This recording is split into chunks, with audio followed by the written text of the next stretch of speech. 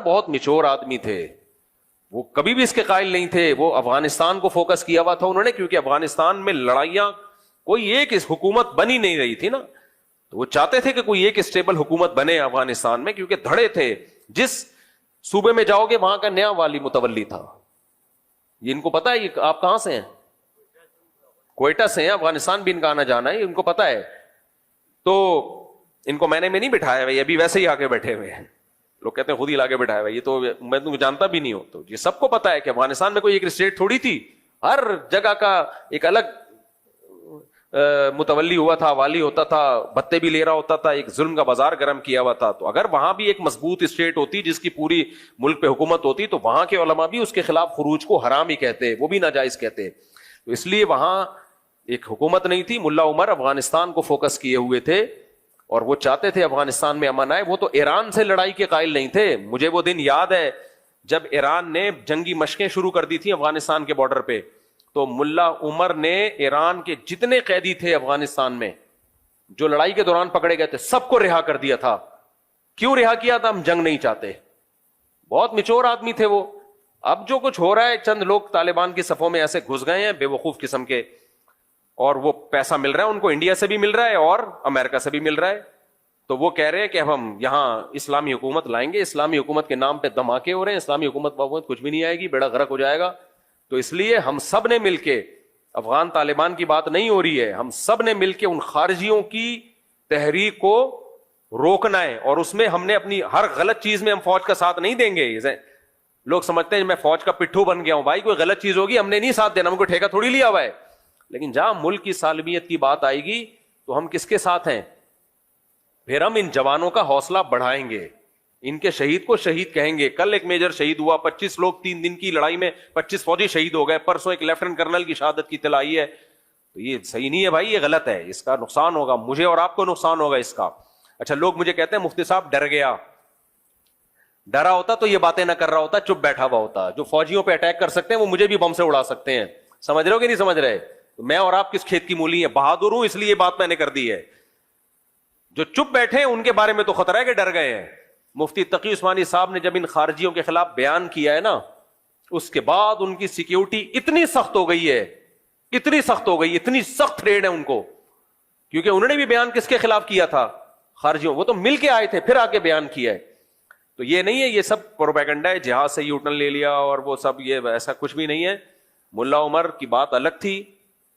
اور آج بھی جو اطلاعات ہیں وہ یہ کہ طالبان میں, افغان طالبان میں میجورٹی پاکستان سے محبت کرتی ہے. وہ نہ ایران سے لڑائی کے قائل ہے, نہ پاکستان سے, نہ انڈیا سے. کہتے ہیں ہم نے اپنے ملک کو ٹھیک کرنا ہے, اسلامی حکومت قائم کرنی ہے, اور کسی سے کوئی ہماری لڑائی نہیں ہے. کچھ لوگ ہیں جن کو باہر سے پیسے مل رہے ہیں, انہوں نے افغانستان کا بھی بیڑا غرق کیا ہوا ہے, پاکستان کا بھی, اور دونوں ملکوں کو آپس میں کیا کر رہے ہیں؟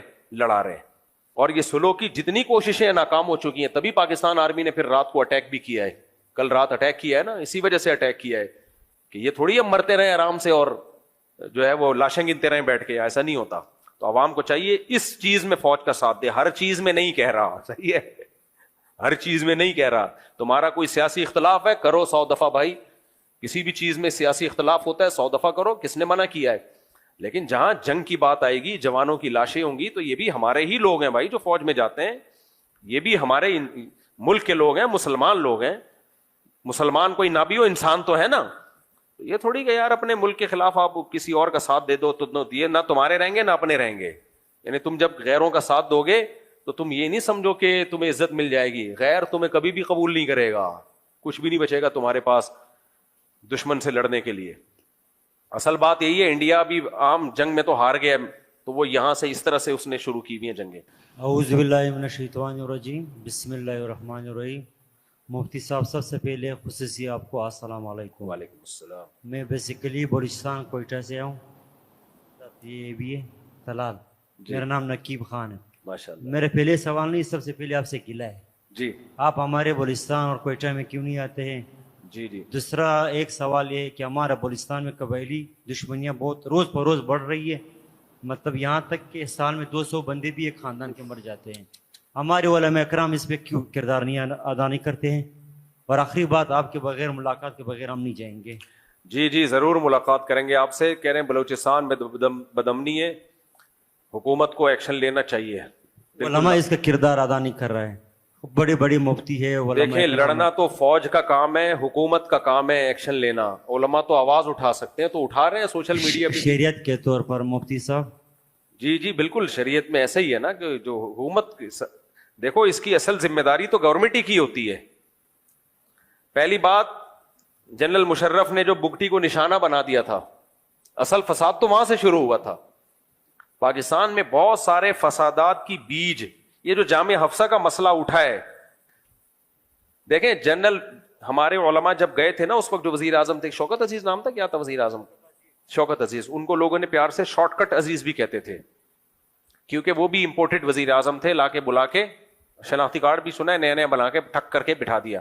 تو ہمارے علماء اس وقت شوکت عزیز کو کہتے تھے شارٹ کٹ عزیز, یعنی بہت شارٹ کٹ راستے سے پاکستان کی نیشنلٹی بھی دی گئی, تھاپ کر کے وزیر اعظم کی کرسی پہ بٹھا دیا گیا. یہ بھی سسٹم کے تحت ہوا تھا. اب ہوا یہ تھا کہ مولانا عبدالعزیز صاحب نے تو بم توپے, جو بھی میزائل توپے تو نہیں, خیر بم جو بھی رکھے ہوئے تھے فوج کے خلاف لڑنے کے لیے, وہ تو میں خود ان کے خط خطوط میں نے پڑھے. میں اب جامعہ حفصہ کا ٹاپک ختم کر رہا ہوں, زیادہ نہیں اس کو چھیڑیں. اب ہوا یہ تھا کہ یہ سب لوگ لے کے بیٹھے ہوئے تھے اندر, فدائی حملے کے لیے بچیاں بھی لے کے بیٹھے ہوئے تھے. اب جب فوج نے گھیرا ہے, علماء گئے مذاکرات کے لیے. مفتی محمد صاحب جامعۃ الرشید کے, حضرت مفتی تقی عثمانی صاحب, یہ مذاکرات کامیاب ہو چکے تھے. وزیر اعظم نے کہا کہ سب کو باعزت رہا کیا جائے گا, ناکہ بندی کی جائے گی. اتنے تو ہو گیا, جو سرنڈر کرے اس کو چھوڑ دو. تو جن بچیوں نے, جن لوگوں نے بھی سرنڈر کیا ان سب کو چھوڑ دیا, لیکن کچھ لڑاکا لوگ اندر رہ گئے تھے. لڑاکا, اب جو لڑاکا لوگ اندر رہ گئے تھے, علماء چاہ رہے تھے کہ ان سے بھی سرنڈر کروا کے نا, مذاکرات کروا کے. غازی عبدالرشید شہید رحمۃ اللہ علیہ بڑے میچور آدمی تھے, تو غازی عبدالرشید بھی آمادہ ہو گئے تھے مذاکرات پہ کہ اگر فوج ہمیں باعزت چھوڑ دیتی ہے تو ہم ہتھیار رکھ دیں گے. جب یہ مذاکرات ہوئے, اس میں دیکھو غلطی تو انہی لوگوں کی تھی, مولانا عبدالعزیز صاحب کی. کیوں فوج کے خلاف آپ بچیوں کو اور نوجوانوں کو لے کے کھڑے ہوئے ہو آپ؟ یہ کون سا طریقہ ہے؟ ڈاکٹر اسرار کا بھی کلپ موجود ہے, ان سے بھی اس وقت پوچھا گیا تھا کہ یہ جامعہ حفصہ میں جو کچھ ہو رہا ہے, انہوں نے کہا اتنے سے مدرسے کو لے کر پوری ریاست پہ قبضہ کرنے کی باتیں یہ غلط ہیں. حالانکہ ڈاکٹر اسرار تو خود خلافت کے قائل تھے. اب ہوا یہ تھا کہ یہ علماء گئے, وزیر اعظم کیونکہ ایک سول آدمی ہے نا, تو ایک سویلین میں تھوڑا جذبہ ہوتا ہے, نرمی کا. انہوں نے کہا ٹھیک ہے بھائی, پورا فیصلہ ہو گیا. علماء بہت خوش ہوئے کہ غازی عبدالرشید شہید رحمۃ اللہ علیہ ابھی شہید نہیں ہوئے تھے, ان کے ساتھ مذاکرات کامیاب ہو گئے ہیں. اور اب الحمدللہ وزیر اعظم کے بھی سائن ہو گئے اس کے اوپر, صدر کے سائن رہ گئے تھے جنرل مشرف کے, کہ اب یہ مسئلہ آرام سے حل ہو جائے گا اور باعزت سب کو رہا کر دیا جائے گا, اور آئندہ دوبارہ ملک میں ایسا کبھی بھی نہیں ہوگا. ایک اندازہ ہو گیا کہ بھائی اسلحے کے ذریعے ایسا نہیں ہوتا. جنرل مشرف نے آ کے گند کیا ہے. ہمارے علماء سے میں نے خود سنا جو وہاں موجود تھے, انہوں نے کہا جب مشرف آیا ہے اس نے اس طرح وہ معاہدہ پھاڑا ہے کہ میں نہیں مانتا اس معاہدے کو, اور آرڈر دیا کہ اٹیک کرو. اور علماء کہتے ہیں ہم بیٹھے ہوئے تھے اور ہمیں گولہ بارود کی آوازیں آنا شروع ہو گئی.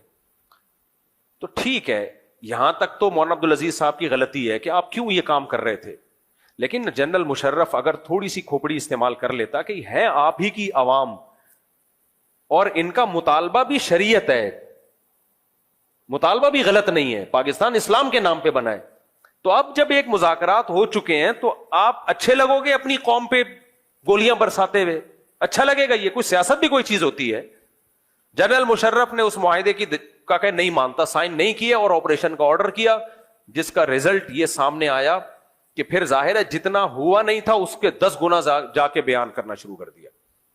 اتنی بچیاں اڑ گئیں, یہ شہید ہو گئیں, ایک بس ہم نے خود دیکھی, ان کی عزتیں لوٹی. پھر ظاہر ہے جب پروپیگنڈا ہوتا ہے تو پھر ایسا ہی ہوتا ہے.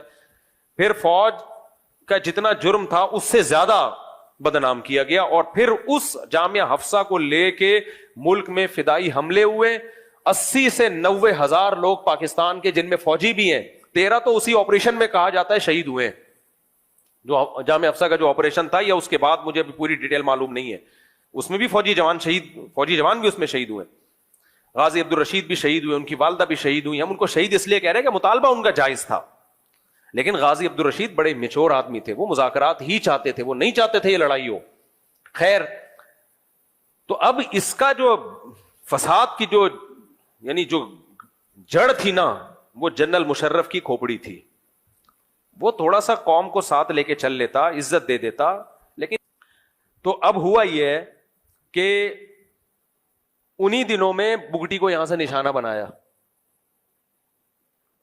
بھائی بلوچ لوگوں کا وہ ایک ہیرو سمجھا جاتا تھا, سردار سمجھا جاتا تھا. آپ ان کے ساتھ قوم کو ساتھ لے کے چلتے, اسی کے بعد سے بلوچستان میں یہ سب کچھ. میں فیور نہیں کر رہا جو فوج پہ اٹیک ہو رہا ہے بلوچستان میں, قطعاً نہیں, میں ان لوگوں کے ساتھ نہیں ہوں. کسی بھی ملک میں ریاست میں فوجی گاڑیوں پہ اٹیک ہونے والے باغی کہلاتے ہیں, خارجی کہلاتے ہیں, اس کے ہم فیور میں نہیں ہیں. لیکن جنرل مشرف کی پالیسیاں اس ملک کے لیے ناسور ثابت ہوئی ہیں, جس کو آج تک ہم بھگت رہے ہیں. پاکستان بالکل 100% سودی نظام ختم ہو جانا تھا پاکستان میں. حضرت مفتی تقی صاحب فیصلہ کر چکے تھے, سپریم کورٹ کا فیصلہ آ چکا تھا, وفاقی شرعی عدالت کا فیصلہ آ چکا تھا. اب جب امپلیمنٹ کے لیے جا رہے تھے, جنرل مشرف نے ڈنڈے کے زور سے مفتی تقی عثمانی صاحب کو وفاقی شرعی عدالت کے جج ہونے کی حیثیت سے ہٹایا. دوسرا جج اپنی مرضی کا لا کے رکھا, اور اس نے اس سود کے خلاف جو فیصلہ آیا تھا وفاقی شرعی عدالت کا, اس کو پینڈنگ میں ڈال دیا. تو یہ گڑبڑ بھی کس نے کی ہے؟ جنرل مشرف نے کی ہے. تیسرا جو جنرل مشرف نے ایک اور کام کیا, عدالتی خلا, جو فیملی سسٹم کو تباہ و برباد کر دیا. اس نے ایک سرکولر جاری کروا دیا سپریم کورٹ کے ذریعے کہ جو عورت جب بھی, یعنی قانون میں ایک شک ڈلوا دی کہ عورت جب بھی کوئی کورٹ میں جائے گی, کوئی معقول وجہ ہو یا نہ ہو, جب بھی عورت کورٹ کے پاس جائے گی, کورٹ اس کو خلا کی ڈگری تھمانے کی پابند ہے. اس وقت کے بعد سے آج اس کے جو سائیڈ افیکٹ آنا شروع ہے ہماری سوسائٹی میں, یہ سیاہ کارنامہ بھی کس کا ہے؟ جنرل مشرف کا. میں مانتا ہوں کچھ اچھے کام بھی کیے ہیں, کراچی میں ڈیولپمنٹ کا کام کیا, لیکن کچھ اچھے کام کر کے آپ کے جو سیاہ, جو بڑے بڑے سیاہ کام کیے ہیں, وہ سیاہی سفید نہیں ہو سکتی. تو اب پوری فوج بھگت رہی ہے اس کے سیاہ کارناموں کو, پوری آرمی بھگت رہی ہے. لوگ ان آرمی کے جوانوں کو بھی برا بلا کہہ رہے ہیں, بھائی ان کو مت برا بلا کہو یار, یہ ہمارے ہیروز ہیں. تو یہ بھی ایک وجہ ہے جو حضرت آپ جو وجہ بنی ہے نا.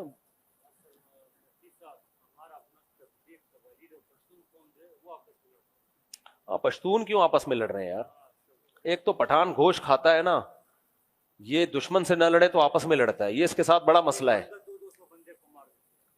یہ تو بڑا غلط ہے. پٹھانوں کے جو خون